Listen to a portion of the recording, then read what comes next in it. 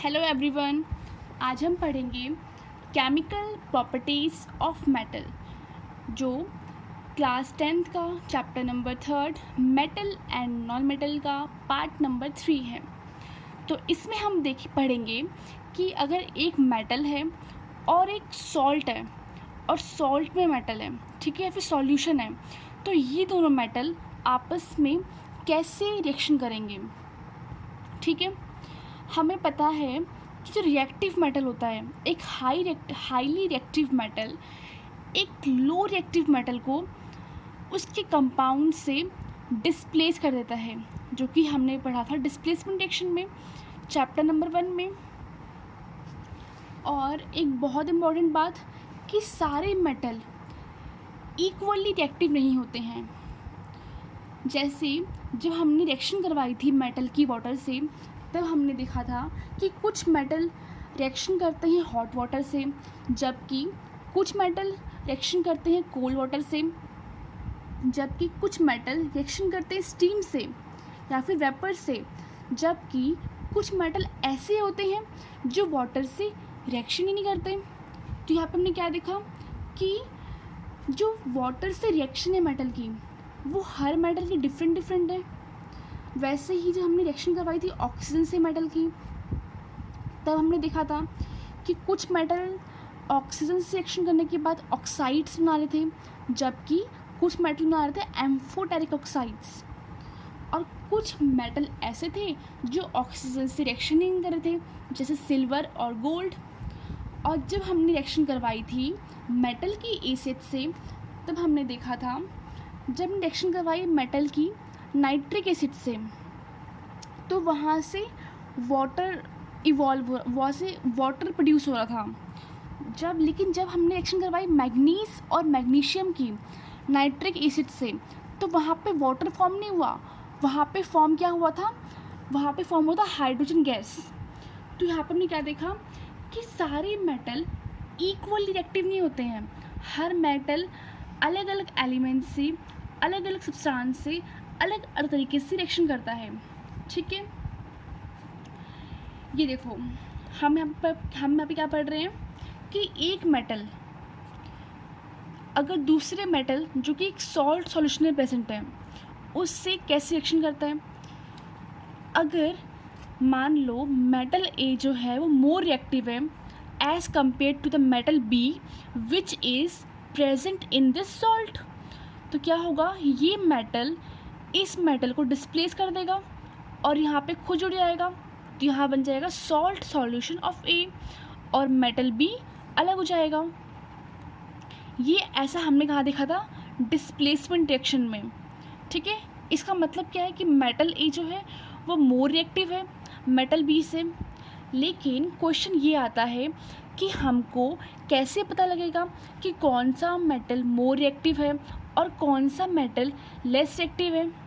तो इसके लिए हमारे पास है रिएक्टिविटी सीरीज़, जो हमको ये बताती है कि कौन सा मेटल मोर रिएक्टिव है और कौन सा मेटल लेस रिएक्टिव है। तो रिएक्टिविटी सीरीज़ क्या है, ये एक लिस्ट है मेटल्स की, ठीक है, जिनको उनकी रिएक्टिविटी के बेस पे अरेंज करा है। तो यहाँ पे कुछ एलिमेंट्स लिखे हैं, ये मेटल्स हैं, potassium, sodium, calcium, magnesium, aluminium, zinc, ferrous, lead, hydrogen, copper, mercury, silver, gold और प्लेटिनम। ठीक है, इसको लर्न करने की एक ट्रिक भी है जो आपको बताऊंगी थोड़ी देर बाद। जैसे आप ऊपर से नीचे जाओगे तो इनकी रिएक्टिविटी डिक्रीज़ होगी, और जब नीचे से ऊपर आओगे तो इसकी रिएक्टिविटी इंक्रीज़ होगी।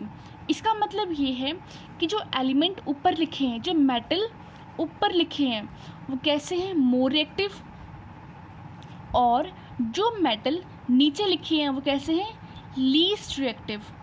नीचे आओगे तो रिएक्टिविटी डिक्रीज़ होगी, ठीक है, और ऊपर जाओगे तो रिएक्टिविटी इंक्रीज़ होगी। ये सारे एलिमेंट्स, सारे मेटल्स हैं जिनको इनकी रिएक्टिविटी के बेस पे अरेंज करा है। तो इसको लर्न करने की ट्रिक है कत्ल ना कर मेरे अल्लाह जीना फिर भी है क्यों, हुजूर आज आऊँ, और लास्ट में प्लेटिनम। अब एक रिएक्शन लिखिए, जिंक है और कॉपर सल्फेट है। तो यहाँ पे क्या देखा आपने कि एक मेटल है और एक सॉल्ट है, एक सॉल्यूशन है, ठीक है, जिसमें मेटल प्रेजेंट है, कॉपर भी मेटल है और जिंक भी मेटल है। तो ये आपस में कैसे रिएक्शन करेंगे ये हमको बताएगा ये रिएक्टिविटी सीरीज़, क्योंकि हमें पता है कि एक मोर रिएक्टिव मेटल हमेशा एक लेस रिएक्टिव को अपने सॉल्ट से डिस्प्लेस कर देता है। तो यहाँ पे देखो आप, कॉपर यहाँ पे है और जिंक यहाँ पे है, मतलब कॉपर नीचे है और जिंक ऊपर है। और जिंक कैसा है, जिंक ऊपर है मतलब जिंक मोर रिएक्टिव है, और कॉपर नीचे है मतलब कॉपर लेस रिएक्टिव है। तो हमें पता है कि मोर रिएक्टिव लेस रिएक्टिव को डिस्प्लेस कर देता है। तो यहाँ बन जाएगा जिंक सल्फेट और कॉपर अलग हो जाएगा, क्योंकि कॉपर लेस रिएक्टिव है। तो फिफ्थ हम पढ़ेंगे कि मेटल और नॉन मेटल आपस में कैसे रिएक्शन करते हैं, ठीक है। एक बात अब याद रखना, यहाँ पे क्या होगा, मेटल रिएक्शन करेगा नॉन मेटल से तो एक कंपाउंड बनाएगा, ठीक है, और उस कंपाउंड को हम बोलते हैं आयनिक कंपाउंड या फिर इलेक्ट्रोवैलेंट कंपाउंड। क्या कहते हैं, आयनिक कंपाउंड या फिर इलेक्ट्रोवैलेंट कंपाउंड। तो अब हम पढ़ेंगे कि ये इलेक्ट्रोवैलेंट कंपाउंड या फिर आयनिक कंपाउंड कैसे बनते हैं और ये क्यों बनते हैं और कैसे बनते हैं, ठीक है। तो मेटल रिएक्शन करेगा नॉन मेटल से तो कंपाउंड बनाएगा, जिसको हम बोलेंगे आयनिक कंपाउंड या फिर इलेक्ट्रोवैलेंट कंपाउंड। हम क्या पढ़ रहे हैं कि मेटल और नॉन मेटल आपस में कैसे रिएक्शन करते हैं। तो उससे पहले आपने क्लास 9th में पढ़ा होगा नोबल गैस के बारे में, ठीक है। इसे नियॉन, हीलियम, आर्गन, ये कुछ एग्जाम्पल्स हैं नोबल गैस के। देखो इन्हें नोबल गैस बोलते क्यों हैं। देखो नियॉन है, नियॉन कौन से नंबर पे होता है, मतलब इसका एटॉमिक नंबर कितना होता है, 10 मतलब फर्स्ट शेल में 2 इलेक्ट्रॉन और सेकंड शेल में 8 इलेक्ट्रॉन। ये इलेक्ट्रॉनिक कॉन्फ़िगरेशन का रूल है कि फर्स्ट शेल में हम हमेशा 2 इलेक्ट्रॉन्स को फिल करते हैं और बाकी के शेल्स में 8 इलेक्ट्रॉन्स। तो नियॉन का एटॉमिक नंबर 10 है। तो फर्स्ट शेल में 2 इलेक्ट्रॉन और जो बाकी इलेक्ट्रॉन बच गए वो नेक्स्ट में आ जाएंगे ना, कितने आ सकते हैं, मैक्सिमम 8, तो यहाँ पे 8 ही आएंगे। तो ये के शेल है, ये एल शेल है, जिसके बारे में पढ़ चुके हो क्लास 9th में।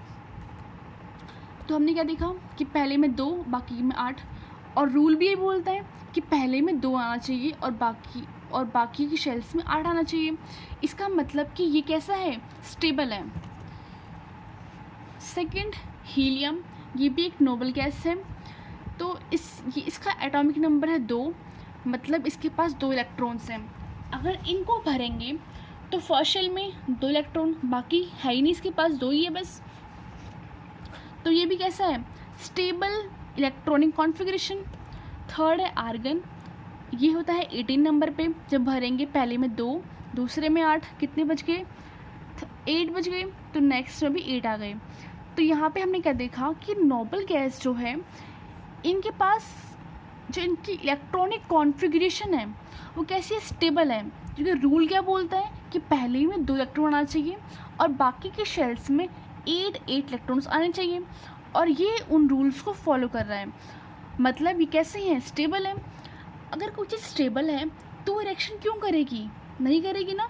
तो इसीलिए ये नोबल गैस केमिकल एक्टिविटीज़ में बहुत कम पार्टिसिपेट करती है, ठीक है।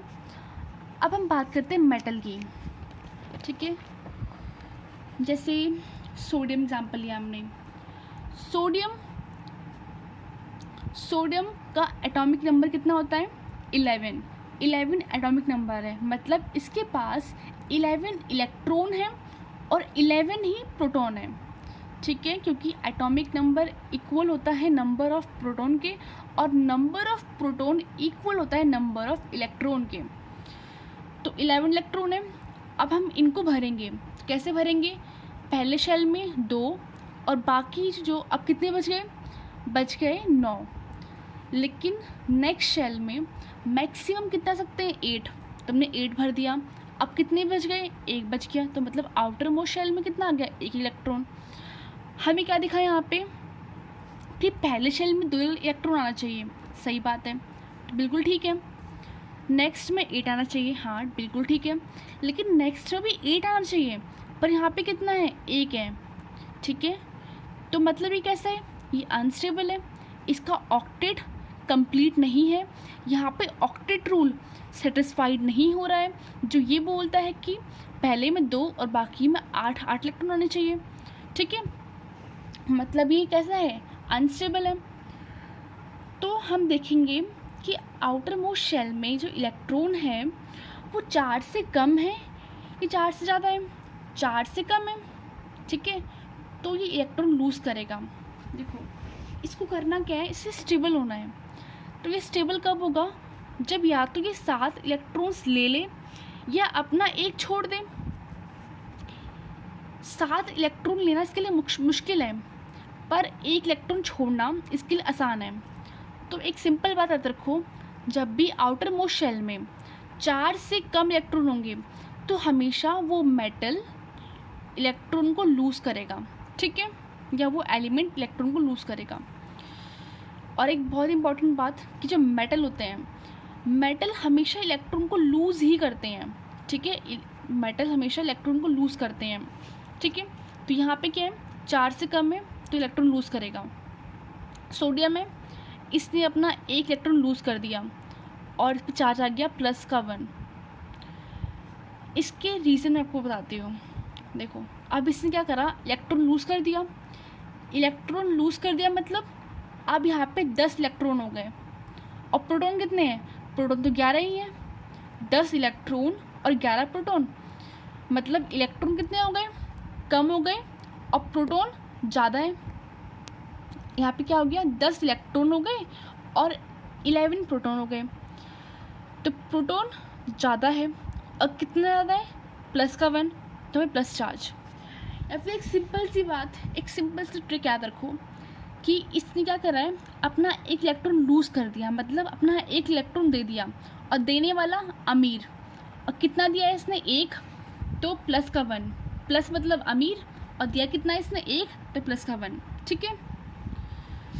और जिसके पास भी पॉजिटिव चार्ज होता है तो उसको हम बोलते हैं कैटायन, ठीक है। कैटायन किसको बोलते हैं? जिसके पास पॉजिटिव चार्ज होता है, मतलब कोई भी आयन जिसके पास पॉजिटिव चार्ज हो उसको हम बोलेंगे कैटायन, ठीक है। सेकेंड देखो मैग्नीशियम। मैग्नीशियम भी क्या है? एक मेटल है। तो ये कौन से नंबर पे है? ये 12 नंबर पे। इसका एटॉमिक नंबर 12 है। भरेंगे तो पहले में 2, बाकी दूसरे में 8 और फिर थर्ड में 2, ठीक है। ये भी अनस्टेबल है क्योंकि यहाँ भी कितना होना चाहिए था? 8 होना चाहिए था। तो मैंने क्या बताया था आपको? अगर आउटर मोस्ट शेल में 4 से कम है तो वो अपने इलेक्ट्रॉन्स को लूज़ करेगा, ठीक है। कितना करेगा लूज़? ये 2, तभी स्टेबल होगा ना।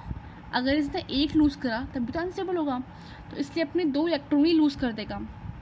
तो मैग्नीशियम ने अपने 2 इलेक्ट्रॉन लूज़ कर दिए और क्या बन गया? Mg2+। 2+ क्यों? क्योंकि इसने 2 इलेक्ट्रॉन लूज़ करे, तो 2 और देने वाला अमीर, तो इसलिए 2+। और आपको बताया था मैंने कि जिसके पास पॉजिटिव चार्ज हो, जैसे Na+, यहाँ पे भी Mg2+ है, जिसके पास भी पॉजिटिव चार्ज हो उसको हम बोलेंगे कैटायन, ठीक है। और यहाँ भी क्या हुआ था कि इसने 2 इलेक्ट्रॉन लूज़ कर दिए, तो यहाँ पे कितने हो गए? 10 इलेक्ट्रॉन, और प्रोटॉन कितने हैं? 12। तो प्रोटॉन 2+ ज़्यादा है, इसे 2+ चार्ज। थर्ड है एल्युमिनियम। एल्युमिनियम भी मेटल है। कितने नंबर पे है? इसका एटॉमिक नंबर 13 है, ठीक है। भरेंगे तो पहले शेल में 2 इलेक्ट्रॉन, दूसरे में 8 और तीसरे में 3 बच गए, ये भी अनस्टेबल है। तो क्या करेगा, ये अपने आउटर मोस्ट शेल के 3 इलेक्ट्रॉन लूज़ कर देगा, तभी स्टेबल हो जाएगा। तो एल्युमिनियम ने 3 इलेक्ट्रॉन लूज़ कर दिए और क्या बना दिया, Al3+। 3+ मतलब कि 3 इलेक्ट्रॉन लूज़ करे हैं और देने वाला अमीर, इसलिए प्लस। Al3+ क्या है, कैटायन है। कैल्शियम 2 8 8 2 20 नंबर पे होता है, पहले में 2, दूसरे में 8, दूसरे में तीसरे में 8, फिर 2, 8 8 16 17 18 20। ठीक है, ये भी अनस्टेबल है। स्टेबल कब होगा, जब 2 लूज़ कर देगा। और लूज़ क्यों करेगा, क्योंकि 4 से कम है इसलिए लूज़ करेगा। ठीक है, तो कैल्शियम ने 2 इलेक्ट्रॉन लूज़ कर दिए और क्या बनाया, Ca2+। 2+ मतलब 2 इलेक्ट्रॉन लूज़ करें और देने वाला अमीर, इसे 2+। इन सब के पास पॉजिटिव चार्ज है, 3+, 2+, प्लस 2+। जिनके पास पॉजिटिव चार्ज है उनको हम बोलते हैं कैटायन। तो आपने इन सब में क्या देखा कि इन सब ने इलेक्ट्रॉन्स को लूज़ करा है। ठीक है, लूज़ करने की वजह से इनके पास क्या है, पॉजिटिव चार्ज, और पॉजिटिव चार्ज मतलब कैटायन। तो हम बोल सकते हैं कि जो मेटल होते हैं वो इलेक्ट्रॉन को लूज़ करते हैं, पहली बात। और जो लूज़ करता है वो क्या बनाता है, कैटायन बनाता है। मतलब मेटल क्या बनाते हैं, कैटायन बनाते हैं। अब नॉन मेटल देखो, एग्जांपल के लिए ऑक्सीजन, क्लोरीन, 2 लेंगे हम। ठीक है, ऑक्सीजन का एटॉमिक नंबर होता है 8। भरेंगे तो पहले शेल में 2 इलेक्ट्रॉन फिक्स है, 2 ही आते हैं। अब कितने बच गए, 6। तो यहाँ पे क्या देखा आपने कि आउटर मोस्ट शेल में 4 से ज़्यादा इलेक्ट्रॉन है। कितने हैं, 4 से ज़्यादा है। 4 से ज़्यादा है तो इस केस में एलिमेंट क्या करता है, इलेक्ट्रॉन गेन करता है, क्योंकि ये अपने 6 छोड़ देगा, वो मुश्किल है इसके लिए, पर 3 लेना इसके लिए सिंपल है। ठीक है, तो ऑक्सीजन क्या करेगा, आउटर मोस्ट शेल में कितने, 6, कितने चाहिए इसको, 2 चाहिए, तभी 8 हो जाएगा ना, 2 ले लेगा तो ऑक्सीजन 2 इलेक्ट्रॉन गेन करेगा। ठीक है, और क्या बना देगा, O2-। कितने इलेक्ट्रॉन गेन करे, 2, और इसने लिया है ना, और लेने वाला गरीब, तो माइनस। ठीक है, तो O2- बन गया। नेगेटिव चार्ज मतलब anion, positive charge cation, negative charge anion. Chlorine है, इसका एटॉमिक नंबर 17 है, मतलब 17 इलेक्ट्रॉन और 17 प्रोटॉन।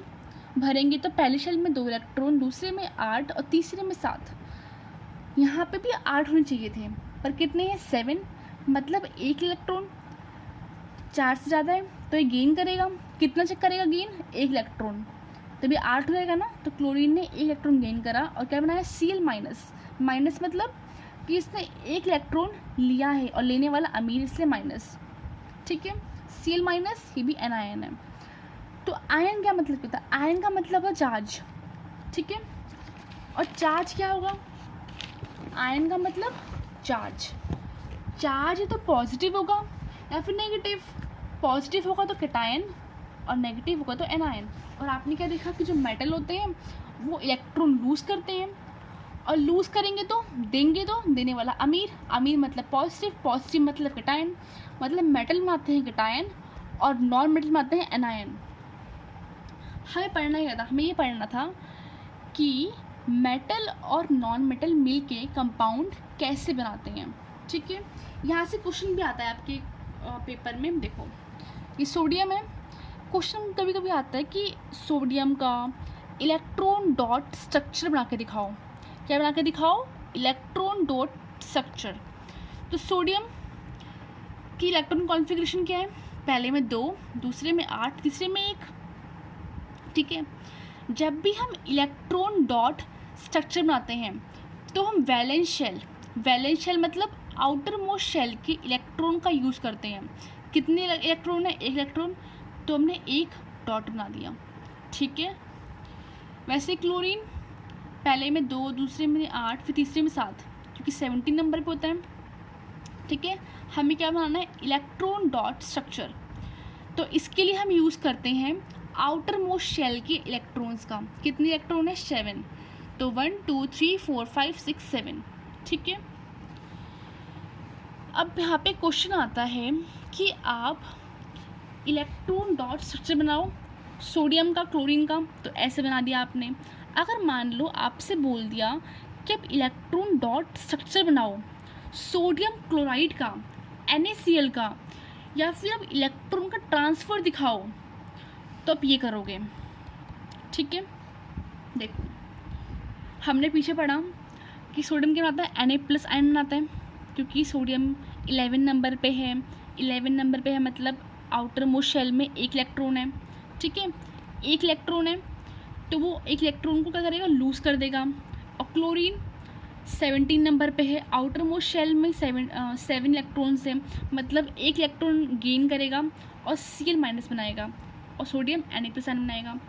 तो इसके पास पॉजिटिव चार्ज है, इसके पास नेगेटिव चार्ज है। ठीक है, ये स्टेबल तो हो गए हैं पर इनके पास चार्ज है ना, इसके पास पॉजिटिव चार्ज है, इसके पास नेगेटिव चार्ज है, मतलब ये कैटायन है, ये एनायन है। तो ये क्या करेंगे, ये अट्रैक्ट करेंगे। ठीक है, positive charge negative charge attract करेंगे, तो ये कंपाउंड बनाएंगे। देखो कैसे, सोडियम, ये देखो ये इलेक्ट्रॉन डॉट स्ट्रक्चर है सोडियम का और एक क्लोरीन का। मैंने आपको ऊपर सिखाया था कैसे बनाते हैं, आउटर मोस्ट शेल की इलेक्ट्रॉन का यूज़ करके। सोडियम के आउटर मोस्ट शेल में एक इलेक्ट्रॉन, क्लोरीन के आउटर मोस्ट शेल में 7 इलेक्ट्रॉन्स, 1 2 3 4 5 6 7।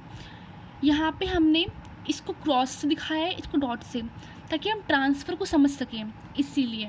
ठीक है, आप इसको क्रॉस से, इसको डॉट से, या फिर इसको डॉट से, इसको क्रॉस से, कैसे भी शो कर सकते हो, आपकी मर्जी है, पर डिफरेंट दिखाना है हमें, कुछ शो करना है ना इलेक्ट्रॉन ट्रांसफ़र को।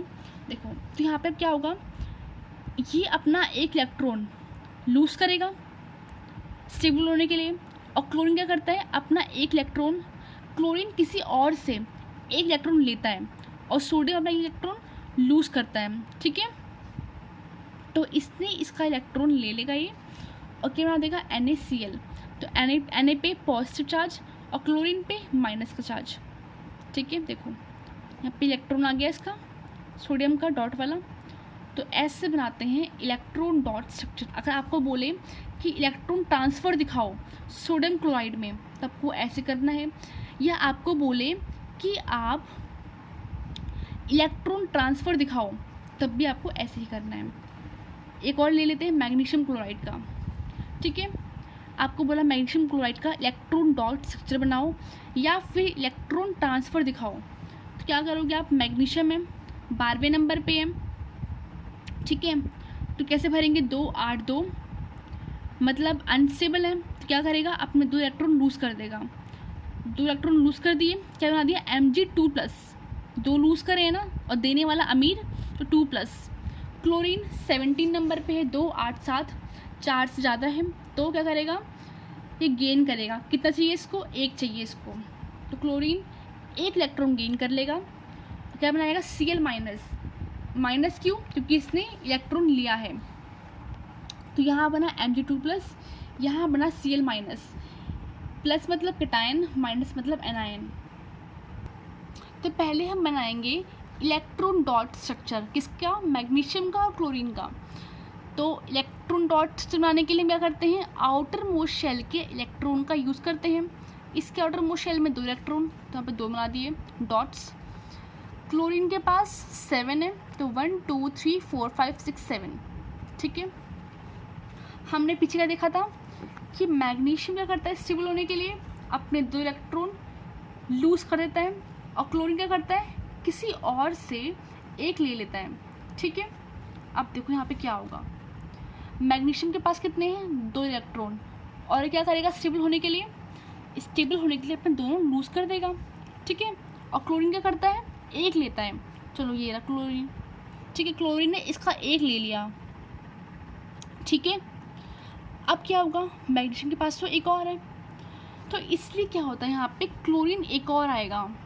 ठीक है, MgCl2 है ना, तो यहाँ पे क्लोरीन एक और आएगा, क्योंकि इसके पास 2 इलेक्ट्रॉन है ना, तो एक तो इसने ले लिया, तो यहाँ पे एक और आएगा क्लोरीन। तो एक इलेक्ट्रॉन इसका इसने लिया और एक इसने लिया, तो यहाँ पे क्या बनना, मैग्नीशियम ने अपने 2 इलेक्ट्रॉन लूज़ करे हैं, तो Mg2+, और क्लोरीन ने क्या करा है, एक इलेक्ट्रॉन लिया है, किसका, मैग्नीशियम का, और कितने ने लिया है, 2 ने, तो यहाँ पे 2 लिखा है। ठीक है, अगर हमसे यही क्वेश्चन पूछे कि अब Na2 का इलेक्ट्रॉन ट्रांसफ़र दिखाओ या फिर इलेक्ट्रॉन डॉट स्ट्रक्चर दिखाओ, तो हम क्या करेंगे? सबसे पहले देखेंगे सोडियम है, सोडियम 11 नंबर पे है, मतलब आउटर मोस्ट शेल में एक इलेक्ट्रॉन, ठीक है, मतलब अनस्टेबल है। तो क्या करेगा ये? अपना एक इलेक्ट्रॉन लूज़ कर देगा, क्या बना देगा? Na+। ऑक्सीजन 8 नंबर पे है, मतलब पहले शेल में 2, आउटर मोस्ट शेल में 6, 4 से ज़्यादा। तो ये क्या करेगा? गेन करेगा। कितने करेगा? 2 करेगा। 2 इसने इलेक्ट्रॉन ले लिए और 2 माइनस बना दिया। Na+ कैटायन है, O2 माइनस एनायन है, इस पे प्लस चार्ज, इस पे माइनस चार्ज, तो अट्रैक्ट करेंगे। आप ना ऐसे भी देख सकते हो, देखो यहाँ पे क्या था? Mg2+ और Cl- था ना, तो Mg2+ मतलब मैग्नीशियम 2 है, मैग्नीशियम पे 2+ है, तो Cl पे भी 2- होना चाहिए, तभी 2+2 +2 और -2 ज़ीरो होगा। क्योंकि कोई भी कंपाउंड जो होता है, यहाँ पे जो कंपाउंड बना MgCl2, क्या इसके ऊपर कोई चार्ज है? नहीं है ना। क्यों चार्ज क्यों नहीं है? क्योंकि यहाँ पे अगर +2 है तो यहाँ पे -2 है, ठीक है। इसीलिए मैग्नीशियम पे 2+ है, तो क्लोरीन को भी 2 आना पड़ेगा, -1, ठीक है। तो +2 -2, तो यहाँ पे तो क्या दिख रहा है आपको? यहाँ पे Na+ है और O2- है, और जो कंपाउंड होते हैं ना, कंपाउंड पे कोई चार्ज नहीं होता, कंपाउंड न्यूट्रल होते हैं, उन पे कोई चार्ज नहीं होता। अगर यहाँ पे अगर +1 है और यहाँ पे -2 है, मतलब यहाँ पे एक और सोडियम को आना होगा, तभी तो +2 -2 होगा। देखो अब हम बनाएंगे इलेक्ट्रॉन डॉट स्ट्रक्चर। तो सोडियम के आउटर मोस्ट शेल में एक इलेक्ट्रॉन, तो 1 डॉट, इसके आउटर मोस्ट शेल में 6 इलेक्ट्रॉन, तो हम क्रॉस बनाएंगे। क्यों? ताकि इन दोनों की इलेक्ट्रॉन अलग अलग दिख जाएं और हम इसमें इलेक्ट्रॉन ट्रांसफ़र दिखा सकें, ठीक है। तो मैंने आपको बताया था ना कि इस पर अगर +1 है और इससे -2 है, तो यहाँ पे भी +2 होना पड़ेगा, तो मतलब +2 -2 कैंसिल हो पाएगा। तो यहाँ पे +2 कैसे होगा? यहाँ पे Na पे +1, यहाँ पे +1, तो +2 हो गया और इससे -2 है, ठीक है। तो इसके पास भी एक इलेक्ट्रॉन है, इसके पास भी एक इलेक्ट्रॉन है, और ये दोनों अपने इलेक्ट्रॉन किसको दे देंगे? ऑक्सीजन को, क्योंकि ऑक्सीजन को स्टेबल होने के लिए कितने चाहिए थे? 2, और सोडियम तो सिर्फ एक दे सकता है। सोडियम सिर्फ अपना एक इलेक्ट्रॉन लूज़ कर सकता है, लेकिन ऑक्सीजन को कितने चाहिए? 2 चाहिए। तो इसलिए यहाँ पे 2 सोडियम आएंगे और दोनों अपना एक इलेक्ट्रॉन लूज़ कर देंगे और ऑक्सीजन को दे देंगे। तो यहाँ पे क्या हुआ? Na ने 2 इलेक्ट्रॉन लूज़ करे अपने, क्योंकि यहाँ पे 2 Na है और ऑक्सीजन ने क्या करा? 2 ले लिए, तो +2 -2 ऐसे बनता है Na2O, ठीक है। स्टेबल है ना ये, और इस पर कोई चार्ज भी नहीं है। तो कंपाउंड क्यों बनते हैं? ताकि वो स्टेबल हो जाएं, ठीक है। अब एक लास्ट, मैग्नीशियम ऑक्साइड कैसे बनेगा? मैग्नीशियम एटॉमिक नंबर कितना है इसका? इसका एटॉमिक नंबर है 12। इलेक्ट्रॉन भरेंगे तो पहले में 2, दूसरे में 8, तीसरे में 2, ठीक है। अनस्टेबल है, चार्ज से कम है, तो क्या करेगा ये? अपने 2 इलेक्ट्रॉन को लूज़ कर देगा, और लूज़ करेगा तो इलेक्ट्रॉन छोड़ दिए और Mg2+ बनाया। ऑक्सीजन क्या करेगा? ऑक्सीजन 8 नंबर पे, तो पहले शेल में 2, दूसरे में 6 मतलब 4 से ज़्यादा मतलब गेन करेगा। 6 है तो 2 लेगा, मतलब 2 इलेक्ट्रॉन ले लिए, तो O2-। तो यहाँ पे बना Mg2+ और O2-। तो ये क्या करेंगे? अट्रैक्ट करेंगे, क्योंकि यहाँ पे प्लस चार्ज, यहाँ माइनस चार्ज है। तो यहाँ पे देखो, यहाँ पे +2 है, यहाँ -2 है, मतलब बिल्कुल सही है ना। यहाँ भी +2, यहाँ -2 कैंसिल हो जाएगा। अब हम बनाएंगे इलेक्ट्रॉन डॉट स्ट्रक्चर। मैग्नीशियम के आउटर मोस्ट शेल में 2 इलेक्ट्रॉन, ठीक है, तो 2 डॉट, और ऑक्सीजन के आउटर मोस्ट शेल में 6 इलेक्ट्रॉन। तो हमें डिफरेंट दिखाना है ना, इसलिए इसको क्रॉस से दिखाएंगे, क्रॉस से, ठीक है। 1 2 3 4 5 6, ठीक है। हमें क्या पता है कि मैग्नीशियम के आउटर मोस्ट शेल में 2 इलेक्ट्रॉन होते हैं, 4 से कम है तो ये लूज़ करेगा, ठीक है। और ऑक्सीजन के आउटर मोस्ट शेल में 6 इलेक्ट्रॉन होते हैं, 6 है ना, 6 है मतलब 4 से ज़्यादा है तो क्या करेगा, गेन करेगा। कितने गेन करेगा, 2। तो इसने दोनों इलेक्ट्रॉन ले लिए मैग्नीशियम के। अब मैग्नीशियम भी स्टेबल, ऑक्सीजन भी स्टेबल, क्योंकि इसने इसके ले लिए और इसने अपने इलेक्ट्रॉन छोड़ दिए। तो क्या बन गया, MgO। देखो Mg2+ और O पे 2-, तो पे MgO बना और वहाँ पे क्या बन रहा था, Na2O बन रहा था। ठीक है, लास्ट चीज हम पढ़ेंगे अब कि आयनिक कंपाउंड या फिर इलेक्ट्रोवैलेंट कंपाउंड की प्रॉपर्टीज। सबसे पहली प्रॉपर्टी आयनिक कंपाउंड की यही है कि वो बहुत सॉलिड होते हैं। सॉलिड मतलब जो उनका स्ट्रक्चर है, स्टेट वो कैसी है, सॉलिड स्टेट में ये पाए जाते हैं। लिक्विड और गैसेस में नहीं पाए जाते। कैसे पाए जाते हैं, सॉलिड स्टेट में पाए जाते हैं। ये थोड़े बहुत हार्ड भी होते हैं। ठीक है, क्यों, क्योंकि इनके पास आयनिक कंपाउंड कैसे बन रहा है, पॉजिटिव और नेगेटिव चार्जेस के बेस से बन रहा है। और पॉजिटिव चार्ज और नेगेटिव चार्ज के बीच में जो अट्रैक्शन है उसकी वजह से क्या बन रहा है, आयनिक कंपाउंड। इसलिए आयनिक कंपाउंड थोड़े हार्ड होते हैं। ठीक है, लेकिन ये कंपाउंड कैसे होते हैं, ब्रिटल होते हैं। ब्रिटल मतलब कि अगर आप ज़्यादा प्रेशर लगाओगे ना इन कंपाउंड्स पे तो ये टूट जाएंगे। ठीक है, पीसेस में। सेकेंड प्रॉपर्टी है कि इनका हाई मेल्टिंग पॉइंट और हाई बॉइलिंग पॉइंट होता है। ठीक है, क्यों, क्योंकि देखो कैसे बना है कंपाउंड, केटायन और एनायन की वजह से बना। पॉजिटिव और नेगेटिव चार्जेस के बीच में जो अट्रैक्शन है उसकी वजह से बना आयनिक कंपाउंड। ठीक है, अब ये थोड़े हार्ड हैं, सॉलिड हैं, तो इनको मेल्ट करने के लिए, मेल्ट करना मतलब सॉलिड से लिक्विड बनाना, बॉईल करना मतलब लिक्विड से गैस, मतलब टेम्परेचर देना पड़ेगा। तो ज़्यादा टेम्परेचर देना पड़ेगा क्योंकि हार्ड है ना, इसीलिए इनका मेल्टिंग पॉइंट और बॉइलिंग पॉइंट ज़्यादा होता है। ठीक है, थर्ड प्रॉपर्टी क्या है कि जो आयनिक कंपाउंड या फिर इलेक्ट्रोवैलेंट कंपाउंड जिसे हम बोलते हैं, ये वाटर में सॉल्युबल होते हैं। ये वाटर में डिज़ोल्व हो जाएंगे, पर जो और भी सॉल्वेंट हैं जैसे केरोसिन या पेट्रोल, ये इनमें डिज़ोल्व नहीं होते। इनमें कैसे ये इनसॉल्युबल हैं। फोर्थ प्रॉपर्टी कि जो ये आयनिक कंपाउंड होते हैं ये अपने सॉलिड स्टेट में कैसे होते हैं, ये इलेक्ट्रिसिटी कंडक्ट नहीं करते हैं। जो इलेक्ट्रिसिटी होती है वो कैसे बनती है, वो आयंस की मूवमेंट की वजह से बनती है। ठीक है, पर ये कैसे, अगर ये सॉलिड स्टेट में है, आयनिक कंपाउंड कैसे है, अगर सॉलिड स्टेट में है, सॉलिड मतलब रिजिड है, हार्ड होंगे मतलब कि आयंस मूव नहीं कर पाएंगे। जब आयंस मूव ही नहीं करेंगे तो इलेक्ट्रिसिटी कैसे बनेगी, इलेक्ट्रिसिटी आयंस की मूवमेंट की वजह से बनती है।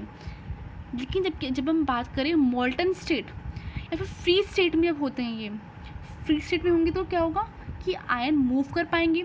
अगर आयन मूव करेंगे तो इलेक्ट्रिसिटी बन पाएगी। तो सिर्फ इतनी बात याद रखनी है आपको कि आयनिक कंपाउंड अपनी सॉलिड स्टेट में इलेक्ट्रिसिटी को कंडक्ट नहीं करते हैं, जबकि ये अपनी मोल्टन स्टेट में इलेक्ट्रिसिटी को कंडक्ट करते हैं, क्योंकि ये फ्री रहते हैं मूव करने के लिए इसलिए। और इनका मेल्टिंग पॉइंट और बॉइलिंग पॉइंट हाई होता है क्योंकि ये हार्ड होते हैं। इनके पास एक इनके बीच में एक फोर्स होता है, स्ट्रॉन्ग फोर्स होता है। अब ये स्ट्रॉन्ग हुए, हार्ड हुए, तो इनको टेम्परेचर ज़्यादा देना पड़ेगा मेल्ट करने के लिए, बॉईल करने के लिए। तो इसीलिए इनका मेल्टिंग पॉइंट और बॉइलिंग पॉइंट हाई होता है। और ये सॉलिड स्टेट में इलेक्ट्रिसिटी कंडक्ट नहीं करते हैं, जबकि मोल्टन स्टेट में, फ्री स्टेट में इलेक्ट्रिसिटी कंडक्ट करते हैं। और ये सॉलिड होते हैं, हार्ड होते हैं, और आयनिक कंपाउंड वाटर में सॉल्युबल होते हैं और इनसॉल्युबल होते हैं सॉल्वेंट्स में, जैसे कि केरोसिन और पेट्रोल। सॉल्वेंट मतलब जो डिज़ोल्व करे, और सॉल्यूट डिज़ोल्व हो, और सॉल्वेंट। ठीक है, तो आज की वीडियो में इतना ही। जल्द मिलते हैं नेक्स्ट वीडियो में। Thank you.